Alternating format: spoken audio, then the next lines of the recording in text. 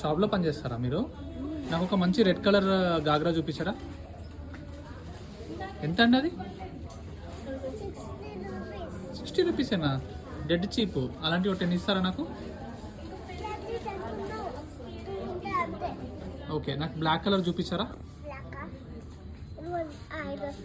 ఇది ఎంత అండి? 600. ఓ అమ్మో. నాకు పర్పుల్ కలర్ చూపించారా? పర్పుల్. ఓకే అండి. ఇది ఎంత అండి? అది పర్పుల్ ఎంత ఉంది?